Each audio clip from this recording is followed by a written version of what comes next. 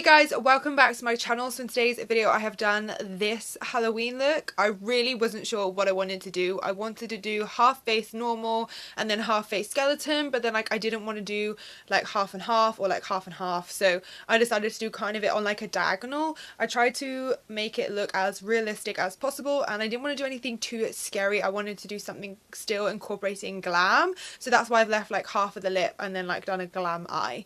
But anyway, without further ado, let's get on with this tutorial because it's going to be a long one. So to start with, I'm going to be removing all of my texture from my skin. So I'm going to be using the Professional Primer from Benefit, and I'm just pretty much going to place this on the center of my face. Then I'm going to go in with my Estee Lauder Double Wear foundation in the shade Tawny with my Real Technique sponge. I'm using a really matte foundation because when we apply the paint, we don't want it to move anywhere or move any of the foundation. And if you use a dewy, like glowy foundation, then it's just going to make a mess.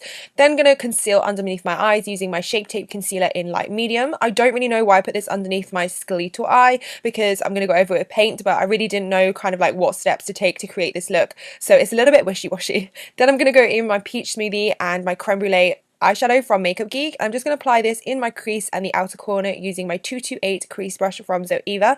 Then just to make it a little bit darker, I'm just going to take Fawn from Anastasia Beverly Hills just to define the eye a little bit more and make it a bit more glam. Then I'm going to be taking Fresh by Anastasia Beverly Hills and I'm just going to pat this over the inner part of my eyelid just to make it a little bit more lighter and brighter. Like always, for my winged eyeliner, I'm taking my Maybelline gel liner in black and my 217 brush from Zoeva, and I'm just going to create my wing. Then to fill it in, I'm taking my Tarteist felt tip liner in black to fill it all in. I'm going to make this wing quite dramatic and thick because I want it to pop and be super glam. So for the skeleton side of my brows, I really wanted the hairs to stick up, so I'm just taking my Pears soap and running this through my brows with a spoolie. And make sure that your spoolie is wet, otherwise it won't pick up soap and make it like foamy. Then I'm going to go in with Creme Brulee and Peach Smoothie again and pop this into my crease, and this time I'm dragging it quite far out in the outer corner, and then I'm really focusing this on the inner corner and using my nose bone to connect upwards through my brow to make that inner corner socket like pop. Using Sienna by Anastasia Beverly Hills, I'm just going to pop this on top to give it a little bit more warmth before we go in with black eyeshadow from Makeup Geek. This is in Corrupt with my 227 brush. I'm going to go pretty much in all the areas that we did put the shades before, and don't know why my camera didn't film me putting the gel eyeliner all over my eyelid, so I pretty much just packed this on top as I would an eyeshadow, and then I just used a little bit of black eyeshadow to smoke it out. Don't worry if it's a little bit too harsh and not so blended, it doesn't really matter. You honestly, like, it's a bit more dramatic when it's like not blended. Then I'm taking this down to the bottom part of my eye socket where my like eye bag is, and I'm just going to make that a little bit dark so it gives a more like hollowness to the eye. Then I'm using my Dip It eyeliner by Sleek Makeup, and I'm going to be doing the crack that goes all the way across my head. I just googled images of skulls. I just did it randomly. You don't have to be really precise with this, just do it where you think you'd want one. And then to make the cracks look a little bit more realistic, I made like a big crack by my brow bone, so it just looked like there was a massive crack and then there was tiny little ones kind of forming from it. Again, you don't have to be so precise, just draw like little lines and do some quite dark and thick and some quite thin. Just gives it more of like a realistic appearance. And I fancy just drawing a crack on my nose, so I just did it. Like, you don't have to be precise, honestly, just if you feel like putting a crack there, put a crack there. And then for the nose, I'm just going to go in my liner again and do like a normal skull nose. So I've done two lines going up the centre of my bridge of my nose. One's going to be a little bit longer than the other, and then I'm going to round it off just at the tip of my nose.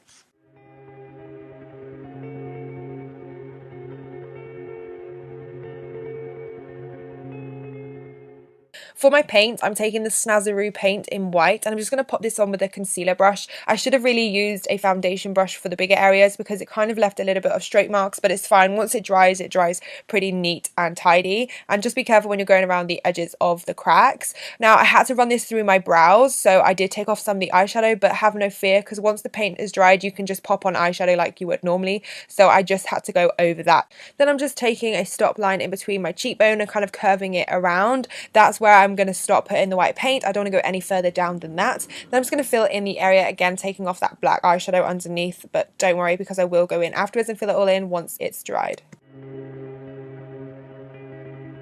Just going to start blending in the eyeshadow on my eye up into the brows. So I'm going to do black in the beginning part of my brow and then like Sienna and Creme Brulee in the outer portion of my brow bone. Then taking the black eyeshadow again and running it underneath in that under eye socket, and then running it on my lower lash line to create that circle, like hollow skeleton eye shape. Then taking my Morphe 508 brush, I just fancied bringing that crack all the way down the side of my nose and then around my nostril. I'm going to curve it around where, like, the shape that we've done on the nose, just to make it a little bit more in line and kind of just make it look more uniform, I guess. And then I'm just going to shade in my nostril area to give it more of a skeleton look. Now, the one thing that I will say is to make your cracks look more realistic, I always feel like shading things in just gives it a more real appearance. So I'm just picking two random cracks that I wanted to shade in, and I'm just going to shade that out using my Morphe 508 brush. Just a little bit of black. You don't want too much. It has to look more like grey than black, but using a black eyeshadow would just save you time than building up on grey. And then I'm just going to take some black paint again, and I'm just going to carve out underneath the white that we've done. And taking some foundation, I'm just going to pat this on top of that white area and then drag it and pat it in using my finger, because I don't want there to be any harshness to it. I want it to look like it's fading into my actual skin. Then just to make the skeleton part a little bit more realistic, I'm just going to shade in the outer portion of my head or forehead where my hairline is with some black eyeshadow, and then drag it down with what's left over to create like a grey effect. Then I'm applying some black paint in the temple area just to give a more contoured skeleton look, I guess, just to make it again more realistic. And then randomly applying some more cracks. I felt like the white paint there was just looking a little bit too like stark white and unreal and like unrealistic, so I just added some random light little cracks. You can't really pick up on these too much unless you're really close, which is the kind of thing that I wanted to go for. Then to make my glam side of my face a little bit more glam, I'm going to go in with some black eyeshadow from Makeup Geek, and I'm just going to apply this on the lower part of my crease and outer corner using my 508 brush from Morphe. And then with my 507 brush from Morphe again, I'm just going to take a little bit of sienna eyeshadow from Anastasia Beverly Hills and run this along my lower lash line. Then to add a little bit of shimmer and a bit of pop, I'm taking a crystal white shade from Makeup Addiction, and I'm just going to run this in the inner corner. Then I'm going to be using my Maybelline gel liner to run across the waterline in my top and bottom lash line. I'm just going to define the eye a little bit more, make it a bit more smoky. Then taking my Anastasia Beverly Hills A Dip Brow Pomade in medium brown, I'm going to carve out my brows like I would normally. Then to start out the skeleton portion of my face, I'm going to draw a line and curve it around like I did before, but this time instead of shading in at the top, I'm going to shade in everything from that point on and the bottom. Now to blend it in with my foundation, I'm just taking my little pinky finger and just tapping it onto the foundation to blend it out, so it just looks like it's gradually blended in and there's no harsh lines. Then I just thought I'd pop on lashes so the top portion of my eye is complete and we can just focus on the bottom portion. So starting on the red half of my lip, I'm just taking my Bloodline liquid lipstick from Anastasia Beverly Hills, and I'm going to overdraw my lips quite a lot because I want it to be poppy and just very kind of dramatic. And then I'm going to stop halfway, and this time I'm going to take some black eyeshadow once the lip has dried out. And I'm just going to shade it in so it just looks like it's fading into the skeleton bones and teeth. So to help you with your teeth, I'm going to open my mouth and just look where my natural teeth are and how thick and thin, like widthways they are. So all I'm going to do is just pretty much draw where I have my teeth naturally. That's just going to act as a guideline for you. It's just going to make it so much easier to do it this way, because I've done it in the past where I've just kind of done it freehand and my teeth have like looked so wide all the way around, when actually naturally your teeth are very different shapes. So if you use your teeth naturally, I just feel like it's just a stencil. It just makes your life so much easier. So I'm just going to carry on doing this all the way around. And yes, I did have to count like how many teeth I have in one side of my mouth, like that stuff you don't remember from school, okay? Okay.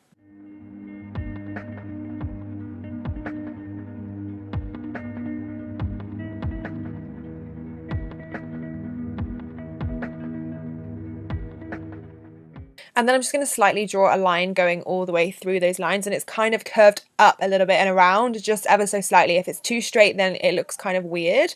And then I'm going to start drawing on my skeleton side. Now this I copied from Crispy's half skeleton face. I literally just got her photo up on Instagram and I just kind of copied the outer portion that she did on the skeleton part. Just remember to take your time on this bit. This portion of my face took the longest to do because it's just a little bit more tricky just to get the proportions right, but you just want to be careful. And again, I just added some cracks here and there at the bottom of my face and then onto the human part of the skin just to make it look a bit more real. Then taking some black paint and an eyeliner brush that I got from Poundland, I'm just going to start filling that area in. I'm just going to stop right before we hit the teeth because I want to start shading that bit in. Then taking a lip brush and some cropped eyeshadow from Makeup Geek to do the shading in. For my shading bit, I love to just to apply a pressure right when you hit the brush to your skin, and then release the pressure when you kind of flick the brush. That gives it that gradient and gradual effect, and it's like the easiest bit to do. Like the shading in bit is like the fun, easy bit.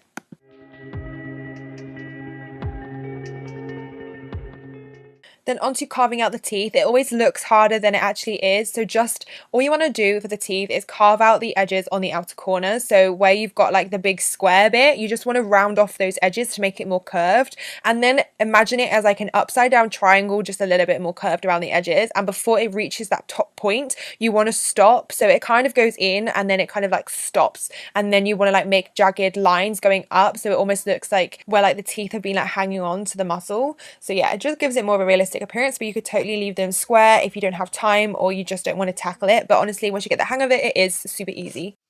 Alright guys, that's it for this video. I hope you have enjoyed this Halloween tutorial. Please let me know in your comments below if you enjoyed it and give it a thumbs up if you did. Don't forget you can subscribe to my YouTube channel by hitting the red button and join our little family. Happy Halloween!